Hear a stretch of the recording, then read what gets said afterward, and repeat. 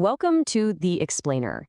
Today, we're going to dive into a moment of profound crisis that would go on to shape a civilization for centuries to come. I want you to just imagine this for a second. It's 7th century Medina, a quiet city, mostly clay and palm trees.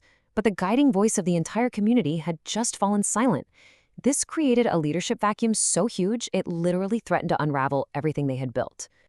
So with the passing of the Prophet Muhammad, peace and blessings be upon him, his companions were reeling, right? They weren't just dealing with this overwhelming grief, but also this massive, urgent, and very practical question: what now? And look, the challenge was right there, right in their faces. They knew, deep down, that without a leader to unite them, division could take root so fast and just destroy the community from the inside. The stakes really could not have been higher.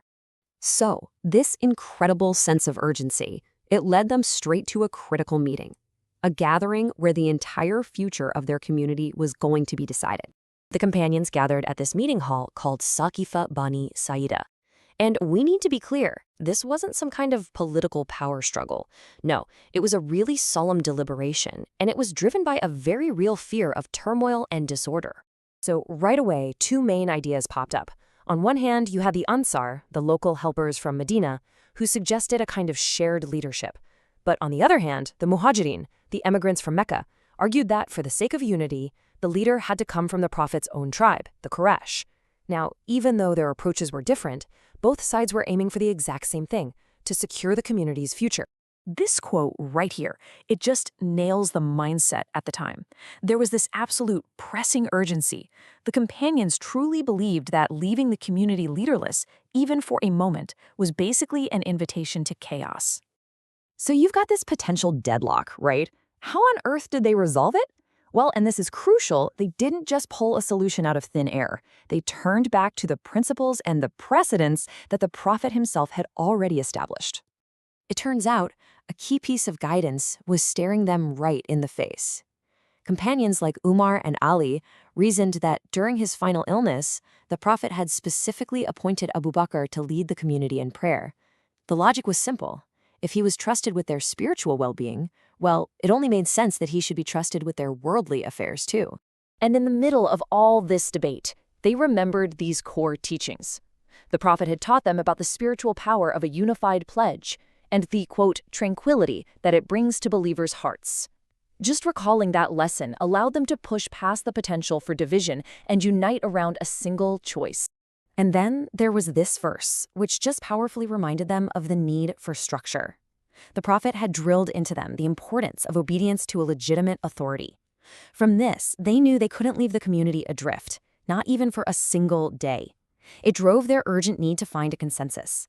So, guided by these principles, prophetic precedent and divine revelation, a clear path forward started to emerge, and it was centered on one person, Abu Bakr.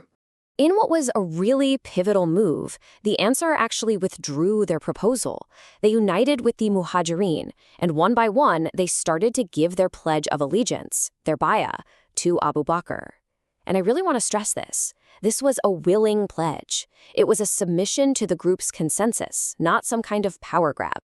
The sources we have actually describe this consensus as unanimous. It was seen as something divinely guided because it was rooted in the belief that the entire community wouldn't be allowed to all agree on something misguided.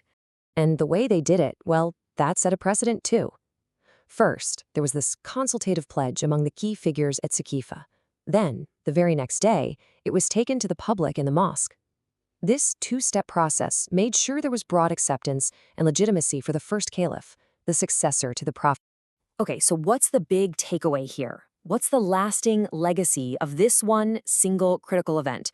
Why does this moment from all the way back in the 7th century still matter today? See, this moment, it did so much more than just choose a leader. It actually established the core principles of governance for a whole new civilization. This was the dawn of the Caliphate. And what's just wild is how this one event basically forged an entire constitutional framework right there in the moment. I mean, look at this. Leadership was established as a matter of choice, not inheritance. Legitimacy came from a willing pledge, and the whole thing was based on consultation. You could really say this was the very first constitutional principle decided by the consensus of the community after the Prophet's passing. It created this entire system of rule that was designed to preserve unity and guide everyone's affairs. And all this really leaves us with a powerful question, one that kind of echoes through history, right? How do we, in our own moments of profound crisis, forge the principles that are going to define our future?